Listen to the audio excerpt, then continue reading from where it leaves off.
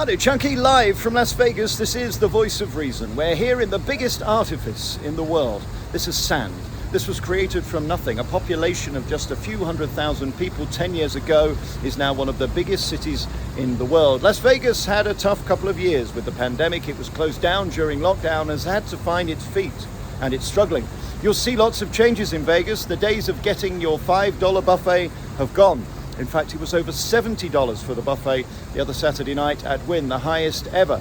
So it's not a cheap night out, but what it is the greatest city on earth. It's the entertainment capital of the world, and over the next 10 minutes, we're going to bring you the best shows, restaurants, casinos, and attractions here in Sin City. Coming up next, we're going to bring you the best of Las Vegas. Hello much and welcome to the world famous Caesars Palace here in Las Vegas. My name's Alex Belfield, and over the next 10 minutes we're going to take you through a whirlwind trip of what to do when in Las Vegas. This place is overwhelming. The Mirage is just down there, and the problem with this casino is the closer you get to it, the further away it seems to be. Everything's off the scale here. Everything's bigger than you've ever experienced in your life. And to get round, you need a plan. You need to work out what you want. There's so many options. There's every type of restaurant and every type of show. Do you want an adult show, a strip show? Do you want a magic show? Or do you want a music show? Do you want to see a headliner or one of the small variety shows, which often can be much better?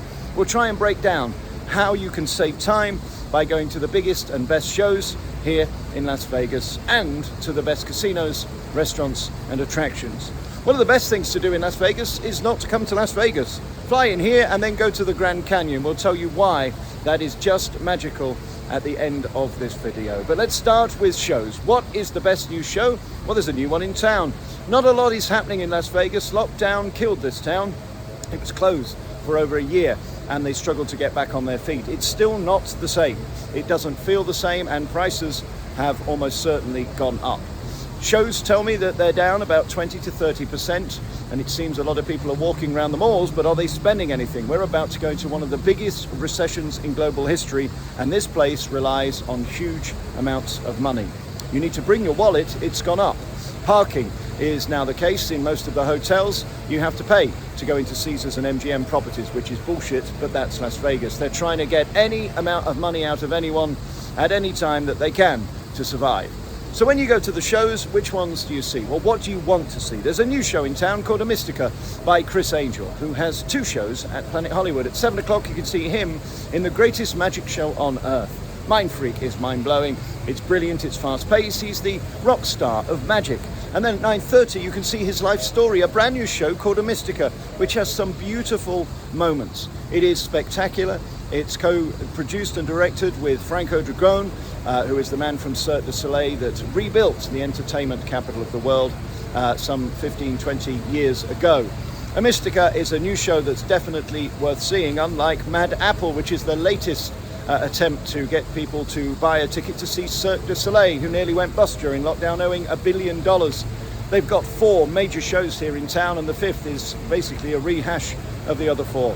I didn't like Mad Apple. To me, it was a waste of time. There's much better shows to see, like here at Caesars Palace. If you're looking for adult variety, comedy and entertainment, come to Absinthe here at Caesars Palace. It's naughty, it's outrageous, it's loud, it's fun, and it's spectacular, celebrating some of the greatest circus acts in the world. There's another new show called Atomic Saloon that opened just before the lockdown and quickly closed. Well, it's back open now, and that's fun too. For me, though, if you're looking for a fun night out that's a bit naughty, with lots of incredibly spectacular acts in a very simple Spiegel tent, Absinthe is probably the one for you. Here in Las Vegas, they don't worry about being woke and politically correct. They laugh in the face of those who think that girls shouldn't be hot and dancing on stages. I saw a show just last week which was fantastic. The hottest girls I've ever seen in Las Vegas are at X-Burlesque. X-Burlesque is at the Flamingo. It plays nightly at 10 o'clock, and it really is tremendous. It is not the biggest production show, but it is the hottest girls who really look like they want to be there. They're sexy, they look like they're having the time of their lives on the stage, and you won't be disappointed by X-Burlesque. If you're looking for comedy, there's one man downtown. Downtown is, well, much cheaper than here, Center Strip. You can get a drink for less than $10 down on Fremont Street. Here, you're looking at $25 a cocktail. Well, $20, $25 is now the going rate, which is unbelievable for a vodka and Diet Coke, but that's show business. That is what they're doing here. They're providing you with an experience, and that comes at a premium. Downtown is much cheaper, and they've got a megastar of comedy. Mike Hammer performs at 7 o'clock, his comedy magic show, and he's utterly charming. He also appears in Criss Angel's and Mystica as the host of that show. He is quite brilliant. One of the funniest wits since Don Rickles. He's one of those comedians where you might find yourself involved in the show. So I wouldn't sit on the front row unless you like being part of show business yourself. He is a master comedian and a brilliant entertainer. Don't miss Mike Hammer down at the Four Queens, just off Fremont Street, downtown Las Vegas. This town is constantly evolving and changing. Just down there you'll see the Mirage. That is about to become a huge guitar for hard rock. They're talking about knocking it down potentially. It will be unrecognizable. Just further down the strip is a new place called Resorts World, which is like a large mall. I hated it. I won't be going back there. It's soulless and has absolutely no atmosphere for me. I like these character casinos like Caesar's Palace, Paris, like the Venetian, or indeed even New York, which is one of the more lower rent casinos, but nevertheless it is fun. The Luxor, which is a great big pyramid. They built entertainment here. They tried to make it exciting. Now they're just trying to make it like any other city in the world. That's not for me. Resorts World has Katy Perry. If you're looking for the stars, this is the place to see them. Lady Gaga appears here. John Legend appears at Planet Hollywood. They're all on the strip, but these tickets can be pricey. Adele was meant to open here at Caesar's Palace.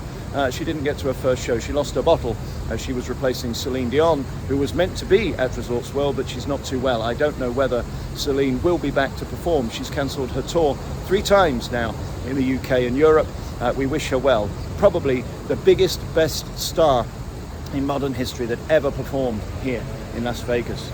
For me, I'm less interested in the new stars and more interested in the legends. Legends like Barry Manilow, who appears at the Westgate, which is the old Hilton. The majesty of that building brings everything to life that you love about Las Vegas. That was where Elvis Presley performed 800 plus shows. He was on the stage just the first week I was in town.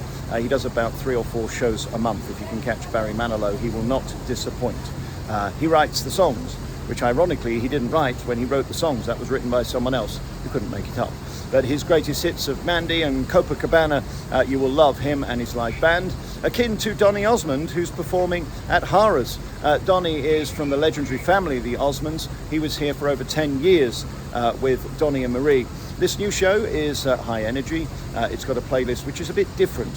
For me, I love Donny and Marie. It's lacking a little something, a charm that maybe that brother and sister duo had. But nevertheless, to be in the presence of Donny Osmond is always a thrill. He is an absolute professional. His voice is second to none. And his show is high energy. It's a light show and sound show that is 5-star. And God bless the likes of Barry Manilow and Donny Osmond, teaching the rest how it should be done. Of course, there are megastars that come to Vegas, particularly at Caesar's Palace. Sting is their new biggest star, whilst Shania Twain moves to Planet Hollywood. Not every star is as they appear. I'm not a fan of Tapeface, who became famous on America's Got Talent. He has understudy tape faces, so you're seeing the fake face of Tapeface if you pick the wrong show. I would avoid.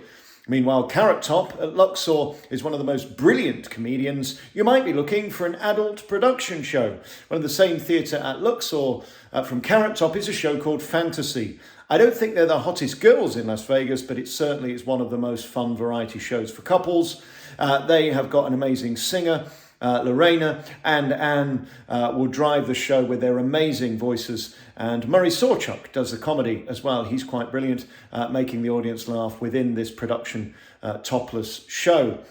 Also, if the ladies are looking for male strippers or ambivilacious types want to see men's sausage, the best show is probably Magic Mike Live, which also is in London. This show is basically 300 screaming girls. And if you go as a guy, you've got a great chance of getting laid, as there's 300 horny girls who need a mop and no guys other than the ones on stage who are contractually obliged not to sleep with the audience.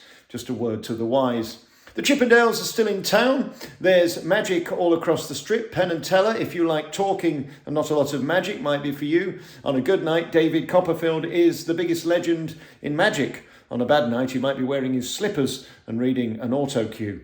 There's no doubting Copperfield's legendary status, but if you want the best and biggest magic trick on earth, the finale of Criss Angel's Mind Freak, is literally mind-boggling. His levitation is beautiful, it's perfect, and the greatest illusion I've ever seen on a stage. There's other legends in town in Las Vegas too. Wayne Newton still performs. He is Mr. Las Vegas, and if you want to feel a bit of the old Sin City, he brings that to life. There's also Rich Little at the Tropicana, a legendary comedian worth seeing who tells great stories about the best days of show business.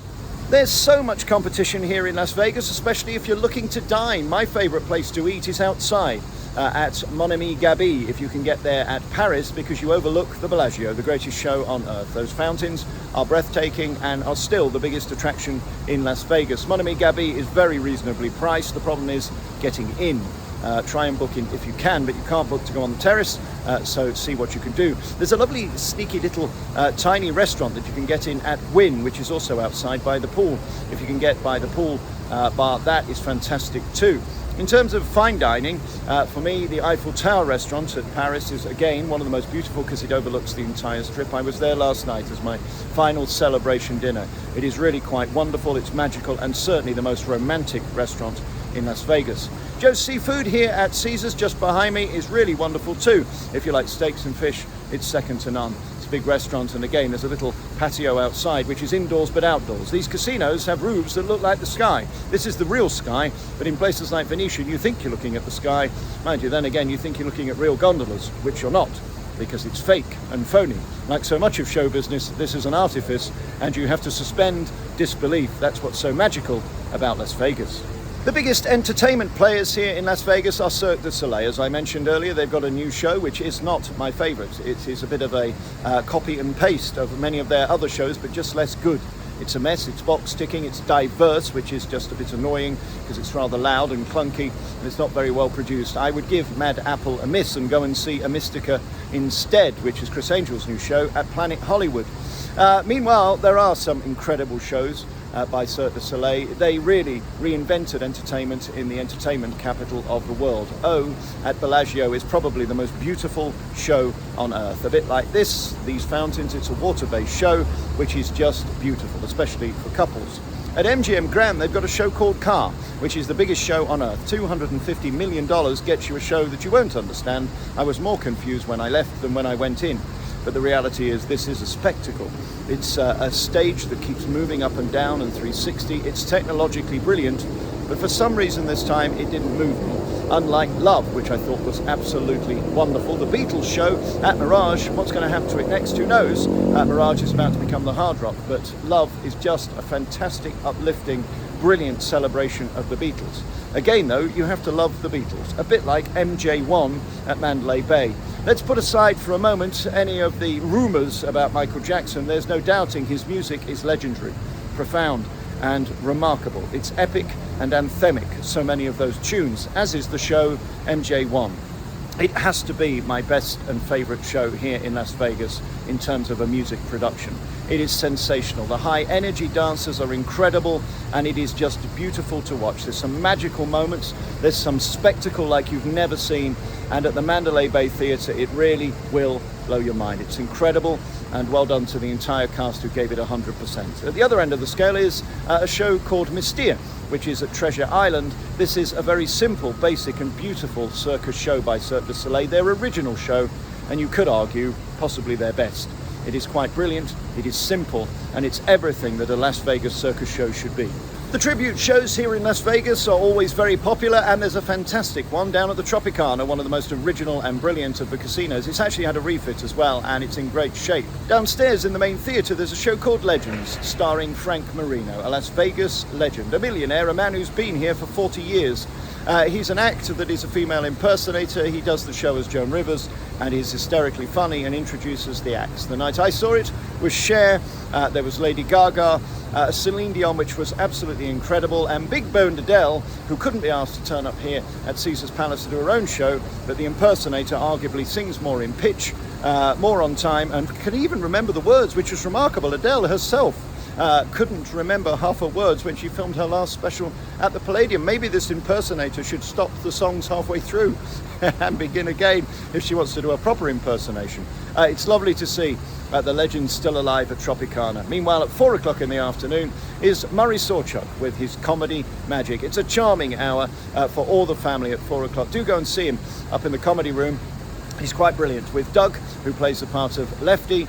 Doug also has a late night magic show if you want to see it at 11 o'clock at the weekends, which is quite brilliant too. So where to stay in Las Vegas? Well, it's horses for courses, really. If I wanted decadence and luxury, I'd stay at Encore, the most beautiful hotel probably. If I want convenience, I stay at Planet Hollywood. That's very nice because it's mid-strip. It's a mid sort of range hotel. It's very affordable. You get a fridge in your room and coffee and things like that. I upgraded to a suite, which was fantastic. And it's just so easy to get everywhere. The problem with Las Vegas is it's off the scale. And you can often find yourself needing to allow at least 20, 30, sometimes 40 minutes to walk between properties. They are not as easy to get around as you may think. If you want luxury, you might want to go to Bellagio and look at the fountains out the boulevard rooms. That is beautiful, as is the case with Cosmo. Or you might want a resort like Tahiti Village. It's inconvenient, it's up the strip by about 20 minutes, but it is fantastic if you're a family because you can get the 2-bedroom, 2-bathroom, kitchen Tahitian suite, which I used to love. But now I just want to be in the centre for absolute convenience. I tried staying at the Cromwell for one night. Don't bother staying there. It's the sort of boutique, bougie Caesar's property. I wanted to use the pool and they told me on top of the resort fees, and be aware please, these can kill you when it comes to a surprise at checkout. It can be $50 to $100 for a resort fee. That is the fee to use the pool and the property. Yes, on top of your room here in Las Vegas, they found a way of adding another $50 on top. So be very careful with that. They wanted another $90 to use their pool. I told them to fuck right off. They said I could go and use the pool at Flamingo, which is about a tenth as cheap as the Cromwell. So I checked out and went back to Planet Hollywood. Be very careful with these kind of scams in Las Vegas where they lead you to believe you're in one thing when in fact you're not. And then when you get there, they want even more money. The Cromwell also didn't have coffee. They wanted to charge for that. There was no fridge. So often by going to a mid-range hotel like Planet Hollywood, you can often benefit from these sort of up their own backsides, trying to be something they're not, hotels that quite frankly wouldn't even be 5-star in London or New York. Oh, and a word to the wise, if I were you, I wouldn't come from, well, about now. Middle of June through September is incredibly hot and humid. It's almost impossible to be outside, especially when you're about to self-combust like most ginger people are over about 21 degrees. Also, I wouldn't rent a car anymore because to park it is expensive with both MGM and Caesars Properties charging and valet being about $35 to $40. If I were you, I'd just get Uber, which are exceedingly cheap and seemingly available within 3 or 4 minutes of you calling them. Talking of which, I better go. There's my ride. Oh, and one more thing in Las Vegas, price surging. That's not just with Uber. If you buy a bottle of water in a casino, they won't tell you how much it is till you get to the till. So your bottle of water at 10 o'clock on a Friday night when they're busy is far more than it would be at, let's say, 10 a.m. on a Tuesday when Vegas is empty. So just be wary that prices change. You will find out at the till. Yes, welcome to Vegas, the gift that keeps giving. My favourite thing to do in Las Vegas is not to be in Las Vegas. What I love to do is go into the canyon. This is God's beauty. As amazing as this artifice is here in Las Vegas, the canyon is spectacular. They've got big problems at the moment with water here on the West Coast. There's a drought and the lake is going down by the second. In fact, a lot of the boats are having to be moved out of a lot of sort of places because there literally isn't enough water for them to float. They've got a major problem that they're even considering bringing water in from the ocean. It's no joke.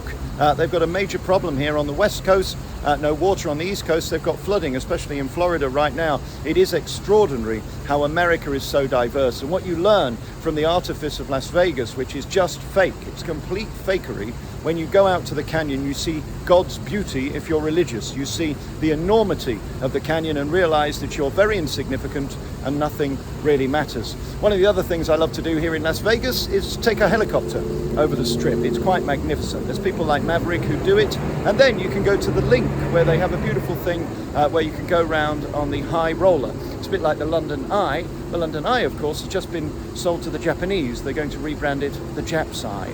I've talked about the enormous shows here in Las Vegas, but they're not all big. There's some little theatres, some beautiful sort of Edinburgh Fringe-like shows. like downtown at the Majestic Theatre. There was a great show called Clown Bar 2.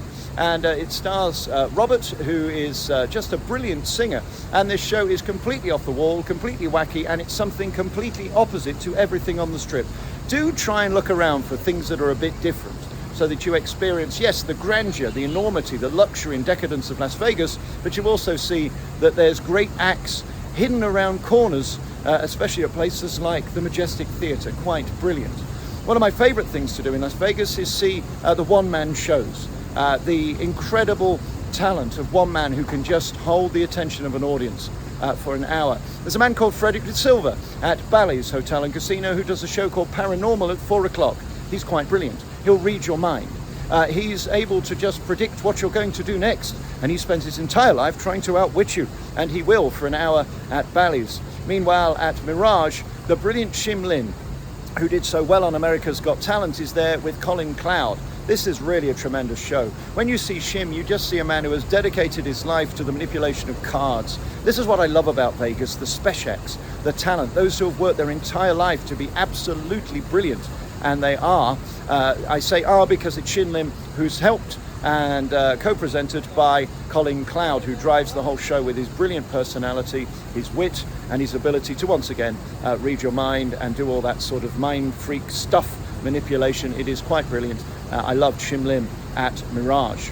There aren't many showgirls left here in Las Vegas. Sadly, the tits and teeth shows, the showgirls, the feathers have all but gone. Bally's Jubilee closed years ago, and they're just too expensive and too few people care. It's sad, but there is one show.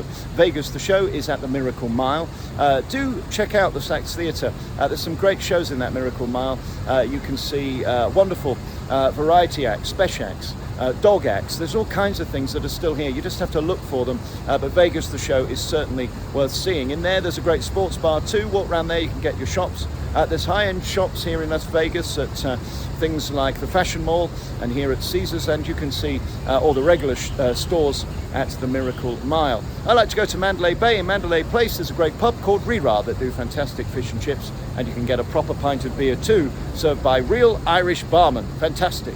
For me, Las Vegas never gets old. There's always something new. There's always something great to see again. Whether you want a megastar who comes into town for just a night, or you want to see Lady Gaga down at the Park MGM or David Copperfield at MGM Grand. Whether you want to go downtown to the new Resorts World that looks like a mall, or you want to see the splendor of Caesar's Palace, Bellagio or Wynn, there is something for everyone. If you want to eat in McDonald's, you're fine. Or if you want to go fine dining at Venetian, again, there's something for everyone. For me, the best new show was a Mystica by Chris Angel. The greatest magic show is also Mind Freak by Chris Angel. If you're looking for beauty, Oh by Cirque Du Soleil is second to none. And if you want pure talent, well, you can find it at Shim Lin at Mirage, Frederick De Silva at Bally's, or indeed across this strip in some of the smallest showrooms where these people have dedicated their lives to their act. I love Las Vegas. It will never get old for me. I hope you've enjoyed my little insight into the entertainment capital of the world. Do sign up and join me at alexbelfield.com for The Voice of Reason, where I give my opinions on the world. We're the #1 free speech network in the UK. And we're delighted to be here in Vegas for 2 weeks with the top 10 best of Sin City.